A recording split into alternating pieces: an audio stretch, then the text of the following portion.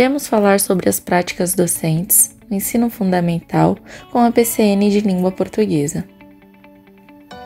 O PCN, que são os Parâmetros Curriculares Nacionais, é uma base desenvolvida pelo governo federal, na qual educadores encontram referências para preparar suas aulas em todas as disciplinas e séries escolares. Aqui, a intenção é expor algumas ideias encontradas a partir da leitura do PCN no que diz respeito à língua portuguesa. O domínio da língua, tanto oral quanto escrita, é fundamental para a participação social efetiva do homem, pois é por meio dela que se tem acesso às informações onde cada um defende seu ponto de vista sobre os conhecimentos adquiridos. Atualmente, existem vários níveis de leitura e escrita, e é através das escolas que permite aos alunos a produzirem e interpretarem os textos. Existe uma variação na linguística brasileira e, em decorrência de cada classe social e cada estado, devido à diversidade, muitas vezes é sinônimo de preconceito na sociedade. Este último deve ser enfrentado na escola como parte do objeto educacional. Para isso, a língua portuguesa deve livrar do que é certo, que defende que se deve transmitir a escrita, sendo espelho da fala. E com isso, seria preciso consertar a fala do aluno para que ele escreva bem.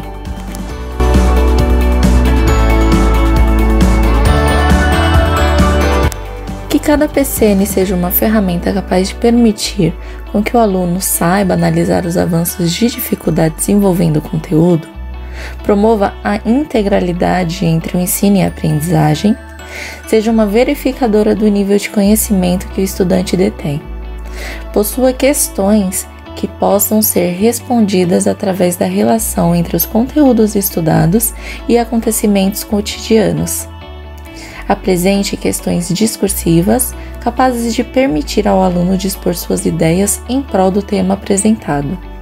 Envolva questões de múltipla escolha, pois permitem ao aluno comparar afirmações na busca pelo acerto.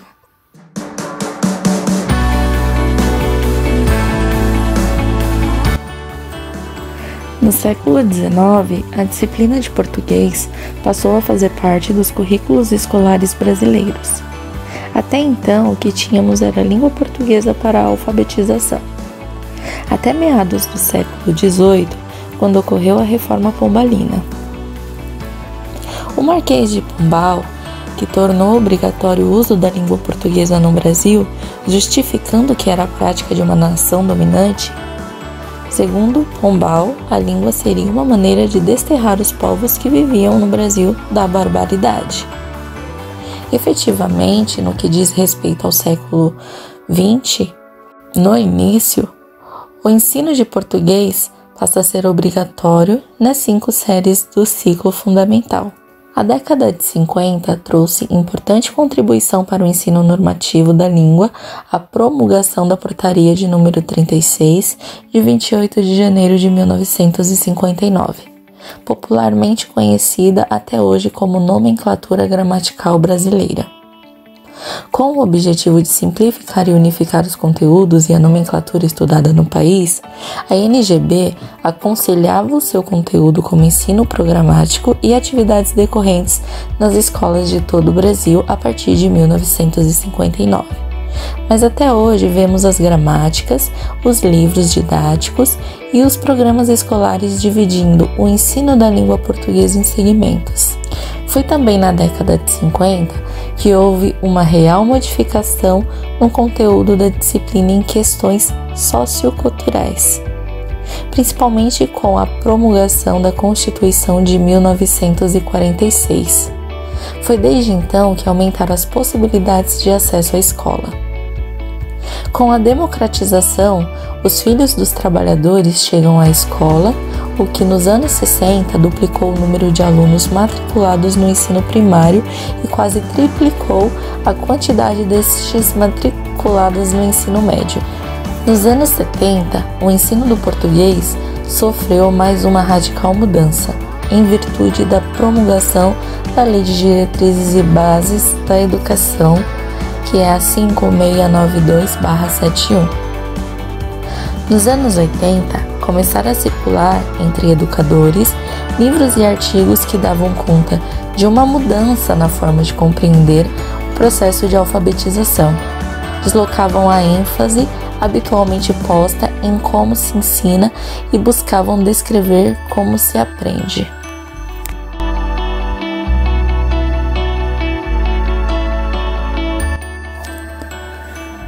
Uma atividade reflexiva de análise linguística é fundamental para a expansão da capacidade de produzir e interpretar textos.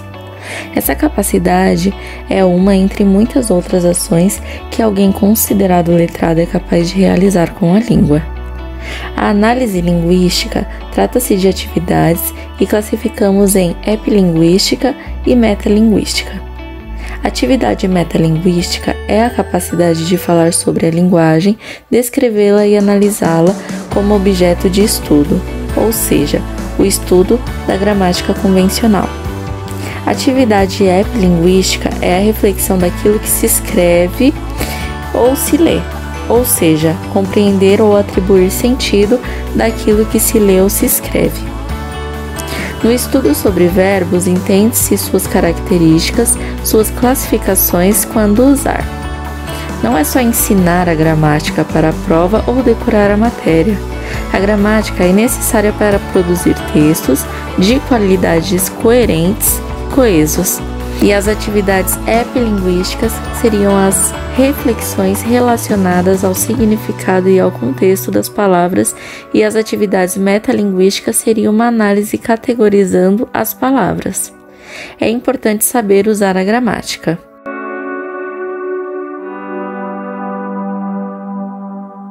Os principais objetivos para primeiro ciclo são compreender o sentido nas mensagens orais e escritas, utilizar a linguagem oral com eficácia e adequá-las às intenções e situações comunicativas e produzir textos escritos coesos e coerentes. Mas nesse caso não fala sobre a ortografia e pontuação, mas sobre o sentido do texto. Na parte dos conteúdos, o livro traz valores, normas e atitudes que se espera que os alunos desenvolvam, como o interesse por ouvir e manifestar sentimentos, experiências e opiniões, fazer-se entender e procurar entender os outros, valorização da leitura como fonte de fruição estética e entretenimento.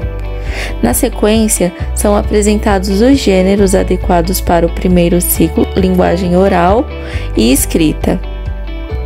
Para a linguagem oral, são contos de fadas, mitos, lendas, poemas, parlendas, adivinhas, piadas, entrevistas, notícias, seminários e palestras. Para a linguagem escrita, receitas, listas, embalagens, rótulos, calendários, bilhetes, cartões, HQs, quadrinhos, cartazes, folhetos e textos de jornais e revistas infantis. E os critérios para a avaliação para o primeiro ciclo são: narrar histórias conhecidas e relatos de acontecimento, mantendo o encadeamento dos fatos e sua sequência cronológica, mesmo que com ajuda.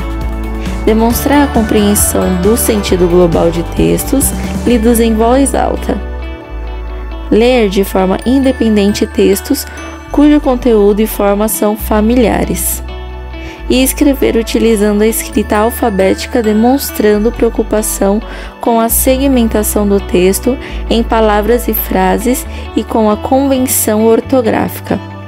Espera-se que o aluno escreva preocupando-se com a ortografia, ainda que não saiba fazer o uso adequado das convenções. Reconhecemos assim no PCN as práticas docentes de língua portuguesa.